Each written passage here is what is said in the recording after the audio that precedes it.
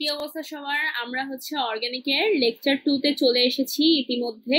Lecture 1 এ আমরা সূচনা নিয়ে কথা বলেছি, অর্গানিক কেমিস্ট্রি আসলে কোথা থেকে আসছে, অর্গানিক কম্পাউন্ড গুলো আসলে কেমন।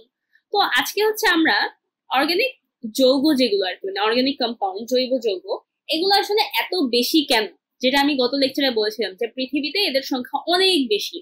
তো এত বেশি আসলে কেন, এরা কিভাবে এরকম সবকিছু দখল করা শুরু করলো, এদের বেশি বেশি হওয়ার কোনো কারণ তো আছে, তাই না? সেটাই আসলে আজকে আমরা এক্সপ্লোর করব। তো অর্গানিক কেমিস্ট্রির বেশি বেশি হওয়ার কারণ আসলে তিনটা, ঠিক আছে? প্রথমটাকে বলি আমরা ক্যাটেনেশন। ক্যাটেনেশন। দ্বিতীয়টাকে আমরা বলি সমানতা। সমানতা। এবং তৃতীয়টাকে বলি আমরা পলিমারকরণ। পলিমারকরণ। আচ্ছা, তো এই তিনটা কারণে আসলে জৈব যৌগ প্রচুর পরিমাণে প্রকৃতিতে পাওয়া যায়। আমরা এখন এই তিনটা কারণ একটু ডিটেইলে এক্সপ্লোর করব, যেগুলো আসলে এটার কোনটার মানে কি, কিভাবে কাজ করে, ঠিক আছে? এই বিষয়গুলো আমরা একটু কথা বলবো। তো প্রথমেই আমরা একটু ক্যাটেনেশন নিয়ে কথা বলবো। ক্যাটেনেশন বেসিক্যালি, তুমি লং চেইন, এই কথাটা মনে রাখো।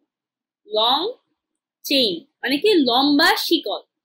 এইটাই ক্যাটেনেশন, মানে লম্বা শিকল তৈরি করতে পারার যে ক্ষমতাটা, সেই ক্ষমতাটাকে ক্যাটেনেশন বলে।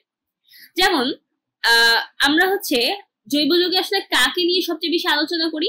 কার্বনকে নিয়ে, ঠিক আছে? মেইনলি হাইড্রোকার্বন তোমার জৈব যৌগ, কিন্তু হাইড্রোজেন তো ভাই একটু দুধ ভাত টাইপের ছোট্ট একটা পরমাণু, ঠিক আছে? সর্বোচ্চ স্তরে মাত্র একটা ইলেকট্রন আছে। কিন্তু তুমি কার্বনের কথা চিন্তা করো, কার্বনের ইলেকট্রন বিন্যাসটা যদি আমরা একটু সাইডে ছোট্ট করে করি, কার্বনের পারমাণবিক সংখ্যা 6, তাহলে 1s2, 2s2, 2p2।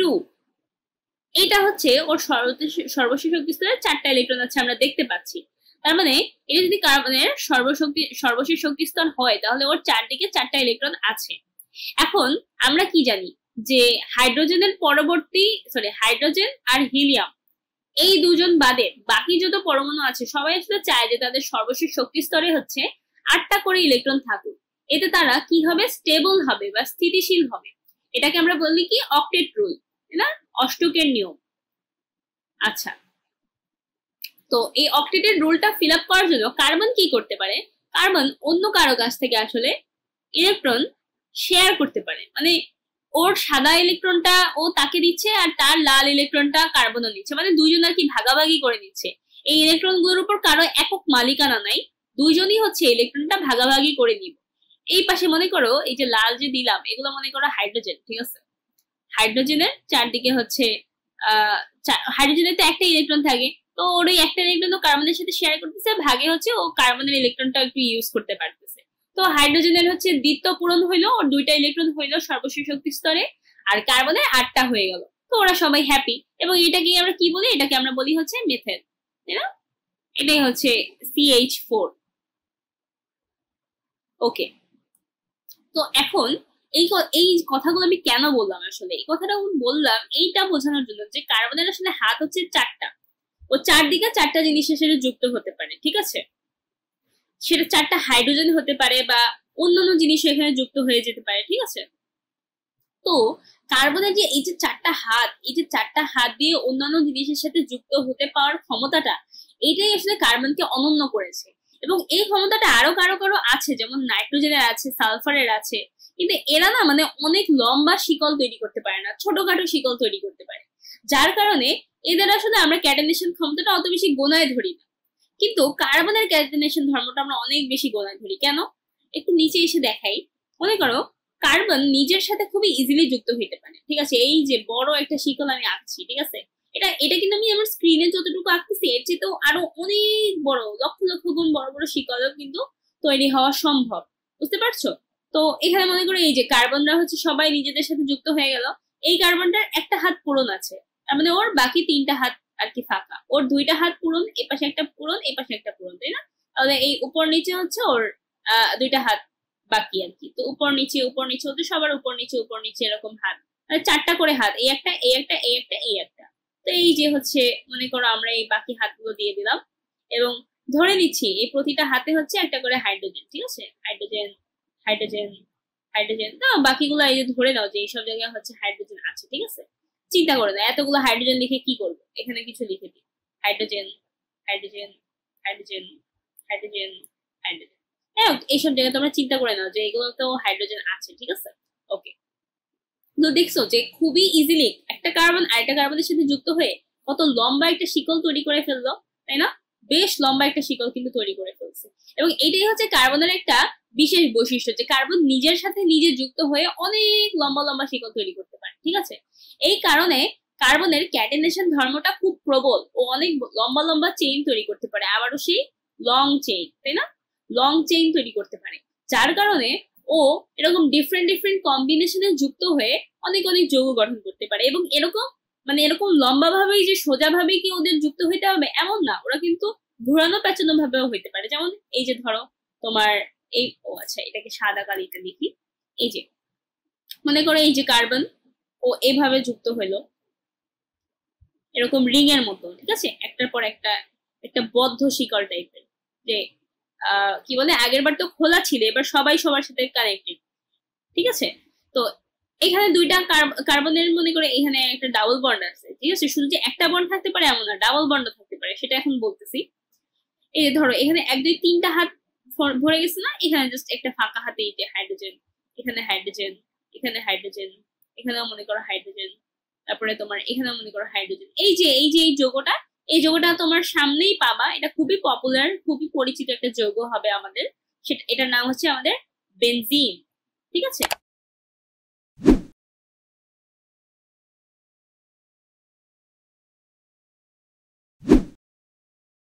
এখন একটা জিনিস খেয়াল করো, এখানে এই যে দুটো দুটো হচ্ছে আমি দিলাম, কি বললাম, দুটো হচ্ছে আমি বন্ড লিখলাম।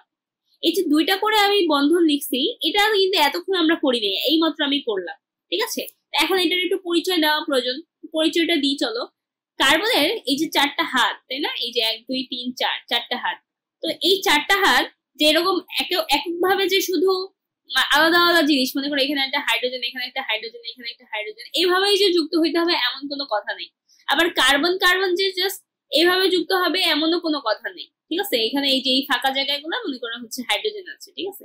এখানে মনে করো hydrogen hydrogen hydrogen hydrogen hydrogen, মনে করো এখানে হচ্ছে এরকম এটা একটা যৌগ, ঠিক আছে। এই দেখো এখানেও হচ্ছে মানে কার্বন কার্বন তো যুক্ত হয়েছে, কিন্তু তাদের মধ্যে একটাই বন্ড, কিন্তু নট নেসেসারি যে সবসময় তাদের মধ্যে একটা বন্ড থাকবে, তাদের মধ্যে কিন্তু দুটো বন্ড থাকতে পারে। তখন তাদের এবার সেটা খোলা থাকবে, এবার সেটা খোলা থাকবে, যে 1 2 3 4 4টা হাত ঠিকই পূরণ হয়েছে। এখানে একটা হাইড্রোজেন আমরা দিয়ে দিতে পারি, ঠিক আছে, এরকম আর কি, বা অন্য কিছুও দিতে পারি। আবার এমন আছে শুধু দুইটা বন্ড, 3টা বন্ডও একসাথে হতে পারে, একটা কার্বন আরেকটা কার্বনের সাথে 3টা বন্ডে যুক্ত হতে পারে, তখন তাদের অন্য সাইডে জাস্ট একটা করে হাত হচ্ছে খালি থাকবে, তখন এই পাশে হচ্ছে একটা করে হাইড্রোজেন, বুঝতে পারছো? তো কার্বনের কয়টা রূপভেদ, একটা হচ্ছে মানে এখানে হচ্ছে ডাবল বন্ড হইতে পারে, আগে দেখেছিলাম আমরা সিঙ্গেল বন্ড হতে পারে, আর এখন দেখতেছি আবার ট্রিপল বন্ড হইতে পারে, দেখছো। তো কার্বন এই 3টা কম্বিনেশন থাকতে পারে। এখন বলতে পারো যে আপু 4টা বন্ড হইতে পারে না?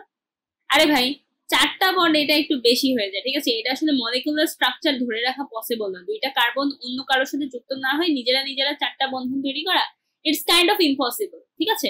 তো ওই দিকে আমরা না যাই, কার্বনের একক বন্ধন, দ্বিবন্ধন আর ত্রিবন্ধন এগুলাই হয় বেসিক্যালি, ঠিক আছে।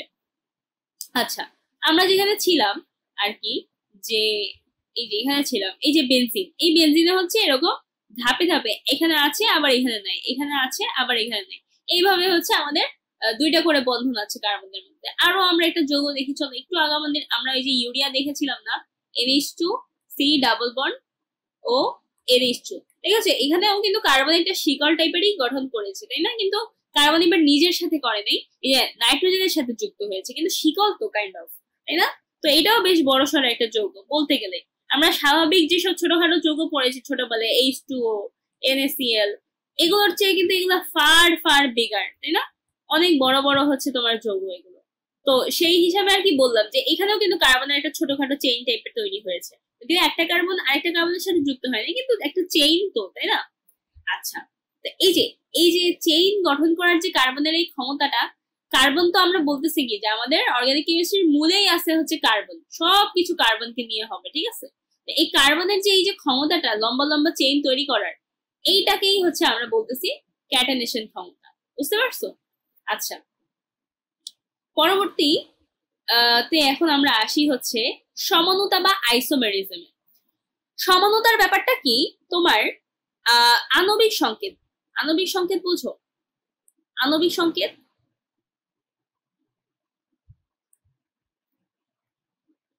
সেম থাকবে, গাঠনিক সংকেত, গাঠনিক সংকেত ভিন্ন থাকবে। এটা আমরা পড়েছি কোথায়, এটা আমরা পড়েছি হচ্ছে এসএসসি লেভেলে, কিন্তু এটা আসলে ট্রু না। সমানতার আসলে অনেক রকম প্রকারভেদ আছে, সমানতার আমরা বিরাট লেকচার পড়বো, ঠিক আছে। এখানে একদম বেসিক ওভারভিউ, আমরা ওই এসএসসি লেভেল টাইপের ওভারভিউই দিচ্ছি এখানে সমানতার, এখানে আমরা সমানতার ডিপে যাচ্ছি না। কিন্তু বলতে পারো যে আণবিক সংকেত সেম হবে আর গাঠনিক সংকেতটা ভিন্ন হবে, এটা সমানতার একটা টাইপ, ঠিক আছে।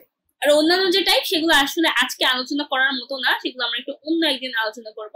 আপাতত তোমরা হচ্ছে সমানতার এই বিষয়গুলো মনে রাখো।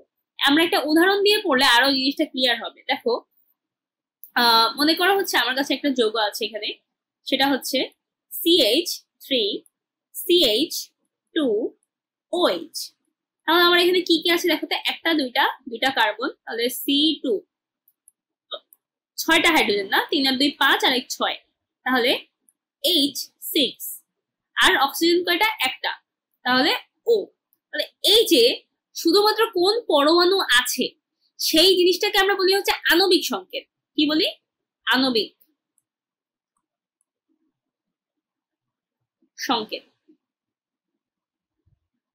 আর এই যে কোনটার সাথে কোনটা যুক্ত, এই যে ওইসটা যে আসলে এই পাশের CH2টার সাথে যুক্ত, এই যে এই টাইপের যে জিনিসগুলো আমরা যে সংকেত থেকে বুঝি সেটাকে আমরা বলি হচ্ছে গাঠনিক সংকেত, মানে গঠন সম্পর্কে ধারণা পাই যে সংকেত থেকে, সেটাই হচ্ছে আমার গাঠনিক সংকেত। আচ্ছা, এখন এই যৌগটা, ঠিক আছে, এই যে ওর এই যে স্ট্রাকচার, এই স্ট্রাকচারটা চেঞ্জ করে কিন্তু এই আণবিক সংকেতটা সেম রেখে আমরা আরেকটা যৌগ লিখতে পারি। এই যে এই যৌগটার নাম হচ্ছে, বুঝছো, এই যৌগটার নাম হচ্ছে ইথানল, ইথানল। এবং এখন আমরা যে যৌগটা লিখবো তার নাম হচ্ছে ডাইমিথাইল ইথার, মানে এই পাশে এরকম আবার এই পাশে এরকম। এই যে CH3, ঠিক আছে, সামনে যে এগুলো আমরা আবার পড়বো, এই যে বন্ড CH3 মানে কার্বনের একটা হাত ফাঁকা আছে আর এই পাশে CH3, এই যে এই পার্টটা আর কি, এই পার্টটাকে আমরা বলি হচ্ছে মিথাইল। এই পার্টটার নাম হচ্ছে, এই জিনিসটার নাম হচ্ছে মিথাইল, ঠিক আছে, মিথাইল। যেই কারণে এখানে এই যে একটা মিথাইল আছে, দুইটা মিথাইল আছে, এই জন্য এই জিনিসটার নাম হচ্ছে ডাইমিথাইল, ঠিক আছে, ডাইমিথাইল। আর ইথার আসলে কি সেটা আমরা পরে শিখবো, ঠিক আছে, আপাতত মনে রাখো যে এই যৌগটার নাম হচ্ছে ডাইমিথাইল ইথার। এখন একটু চিন্তা করে দেখো তো এখানে কি অবস্থা, দুইটা কার্বন, তাই না? তাহলে একটু আমরা লিখি C2, হাইড্রোজেন কয়টা, 3টা, আর 3টা 6টা, তাহলে H6, অক্সিজেন কয়টা, একটা। ও দেখছো, এইটা আর এইটা একদম সেম না, এখানে কার্বন 2টা, হাইড্রোজেন 6টা, কার্বন 2টা, হাইড্রোজেন 6টা, অক্সিজেন একটা একটা। তার মানে কি আমার আণবিক সংকেতটা দুই ক্ষেত্রে সেম হচ্ছে, কিন্তু গাঠনিক সংকেতে কিন্তু ভিন্ন, তাই না? এই যে এই জিনিসটা কিন্তু একটা ডিফারেন্ট টাইপের গাঠনিক সংকেত, এটার মতো কিন্তু না, তাই না? এই দুটো কি সেম, এই দুটো কি সেম, সেম কিন্তু না, তাই না? আমরা পাশাপাশি জিনিসটা লিখি তো, একটা হচ্ছে আমার CH3 CH2OH, আরেকটা হচ্ছে আমার CH3O CH3। দুইটার আমার হচ্ছে আণবিক সংকেতটা সেম, C2H6O, এটা ওরও আণবিক সংকেত, এটা ওরও আণবিক সংকেত, কিন্তু দুইজনের গঠনটা কিন্তু ভিন্ন, তাই না বলো? দুইজনের গঠনটা কিন্তু বেশ ভিন্ন, একজনের অক্সিজেনের সাথে কোনো হাইড্রোজেনই নাই আর একজনের অক্সিজেনের সাথে হাইড্রোজেন আছে, দুইটার স্ট্রাকচার একদম ভিন্ন। এবং এটা হচ্ছে অ্যালকোহল টাইপের, সামনে আমরা এগুলো পড়বো, অ্যালকোহল, এই জন্য এটার নাম হচ্ছে ইথানল, ঠিক আছে, ইথানল। এই যে লাস্টের এই যে অলটা, এটা এই অল এরকম এইভাবে আর কি সিমিলার নাম। আর এই টাইপের যৌগকে বলে হচ্ছে ইথার যৌগ, ঠিক আছে, ইথার। এই জন্য এটার নাম হচ্ছে ডাইমিথাইল ইথার, যেটা লিখছি আর কি। তো এটা হচ্ছে সমনতার একটা বেসিক ধারণা। আবারও বলছি, সমনতা কিন্তু এর চেয়ে অনেক ভ্যাস্ট একটা টপিক, তো এখানে অনেক কিছু পড়ার আছে। আমরা যে সমনতার একটা টাইপ নিয়ে কথা বললাম, যেটা আমরা এসএসসি তেও পড়েছিলাম আর কি। আচ্ছা, এবার হচ্ছে আমরা অন্য অন্য যে কারণটা, লাস্ট কারণ, পলিমারকরণ, এই কারণটা নিয়ে একটু কথাবার্তা বলি। হ্যাঁ, এই যে দেখো এই যৌগটা, এই যৌগটা দেখো কত সুন্দর একটা যৌগ, কত সুন্দর একটা যৌগ। এই যৌগটার নাম কি তোমরা জানো? এই যৌগটার নাম হচ্ছে, এটাকে বলা হয় হচ্ছে ইথিন। ঠিক আছে, ইথিন। এই ইথিনকে দিয়ে আসলে আমাদের কি কাজ, এটা কিন্তু আমরা আমাদের এসএসসির বইয়ে ছিল আর কি, জানি না পড়েছো কিনা। ইথিন থেকে কিন্তু একটা আমাদের দৈনন্দিন জীবনের খুবই কমন জিনিস বানানো হয়, যেটার নাম হচ্ছে আসলে পলিথিন।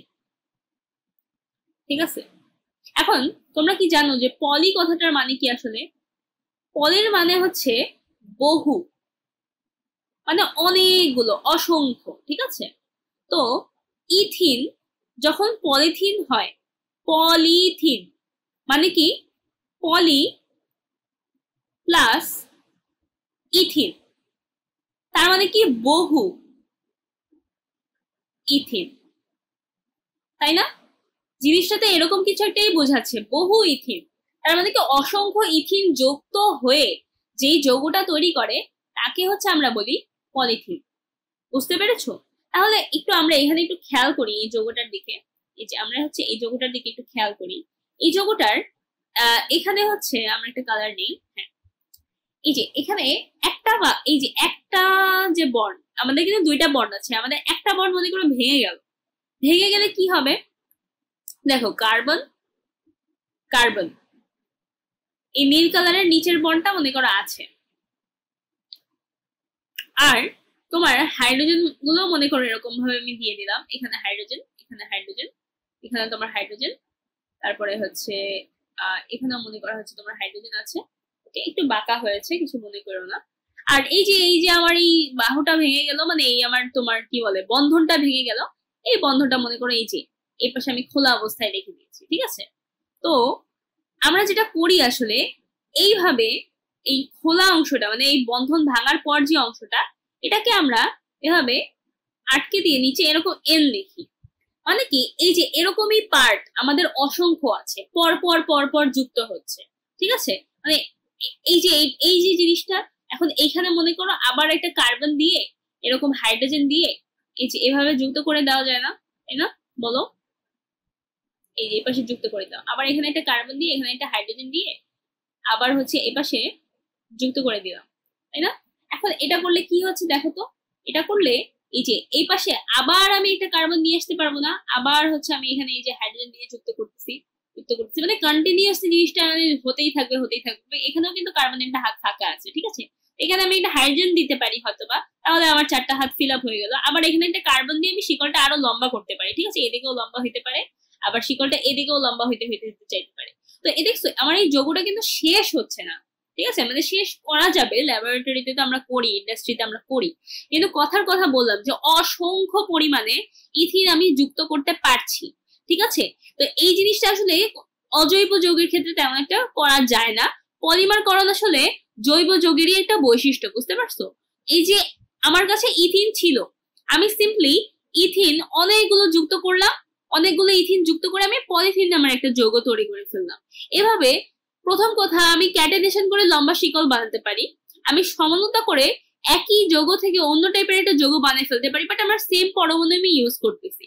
আর আরেকটা কি করতে পারি, পলিমারাইজেশন, মানে কি, যে আমি আমার যে যৌগটা ছিল সেটাকে আমি পাশাপাশি পাশাপাশি পাশাপাশি অনেকগুলো অনেকগুলো অনেকগুলো, একটা হচ্ছে শিকল, সেটা হচ্ছে কি পরমাণু লেভেলে হচ্ছে যুক্ত হচ্ছে, আর এটা হচ্ছে অণু লেভেলে যুক্ত হচ্ছে। অণু, এগুলো কি পরমাণু লেভেলে যুক্ত হয়েছিল, এটাকে আমরা বলছিলাম শিকল। আর এটা হচ্ছে অণু লেভেলে যুক্ত হচ্ছে। ঠিক আছে, এটি একটু বড় স্কেলে যুক্ত হচ্ছে, যুক্ত হয়ে বিরাট বড় বড় যৌগ তৈরি করতেছে। এগুলোকে আমরা কি বলতেছি, পলিমারকরণ। বুঝতে পেরেছো? তো আশা করি আমরা হচ্ছে আমাদের যে তিনটা কারণ শুরুতে আমরা লিখেছিলাম, যে যৌগ যৌগের যে আধিক্যের কারণ ক্যাটিনেশন, মানে কি তোমার লং চেইন ফর্ম করার ক্ষমতা, সমনতা মানে কি বিভিন্ন অর্থ হইতে পারে সমতা, সমতা অনেক টাইপ আছে, কিন্তু আজকে আমরা যেটা দেখেছি সেটা হচ্ছে একই আণবিক সংকেত, কিন্তু আমাদের গাঠনিক সংকেতটা কিন্তু ভিন্ন। আর পলিমারকরণের ক্ষেত্রে আমরা কি দেখলাম, যে ছোট একটা যৌগ থেকে আমরা অনেক বড় বড় যৌগ বানাতে পারি। ঠিক আছে, কিভাবে বানাই, ওই ছোট যৌগটাই একটার সাথে আরেকটা, একটার সাথে আরেকটা লেগে লেগে একটা বড় যৌগ তৈরি করে ফেলে। ঠিক আছে, আর এখানে আরো কিছু ছোটখাটো টার্মিনোলজি ছিল, সেগুলো তোমাদেরকে একটু বলে যাই। সেটা হচ্ছে এই যে ইথিন, তাই না, ইথিন, এই ইথিনটা তো ছোট আমার একটা ব্লক ছিল, তাই না, এই ছোট ছোট ইথিন অনেকগুলো মিলেই তো আমার পলি ইথিন বা পলিথিন, তাই না, পলিথিন এই জিনিসটা তৈরি হয়েছে। তো পলিথিনকে আমরা তো বলি হচ্ছে পলিমার। ঠিক আছে, যে হচ্ছে পলিমারকরণ বিক্রিয়ার পরে লাস্টে তৈরি হয় তাকে আমরা বলি পলিমার। আর এই পলিমারটা যার থেকে তৈরি হয়েছে, যে ছোট জিনিসটা থেকে তৈরি হয়েছে, সেই জিনিসটার নাম আমরা দিই হচ্ছে মনোমার। ঠিক আছে, তো এই এই টার্মিনোলজিটাও মনে রাখলে ভালো হয় তোমাদের জন্য।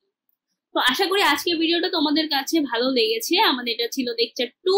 তোমরা হচ্ছে আমাদের টেলিগ্রাম গ্রুপে জয়েন করতে পারো, টেলিগ্রাম, দেন হচ্ছে আমাদের ফেসবুক গ্রুপ আছে, দেন হচ্ছে আমাদের ইউটিউব চ্যানেল তো আছেই। ঠিক আছে, তো তোমরা আমাদের এই বিভিন্ন জায়গায় হচ্ছে আমাদের সাথে কানেক্টেড হতে পারো। ও হ্যাঁ, আমাদের ইনস্টাগ্রামও আছে। ঠিক আছে, ইনস্টাগ্রাম, তো এইসব দিকে হচ্ছে তোমরা আমাদের সাথে কানেক্টেড হয়ে যেতে পারো।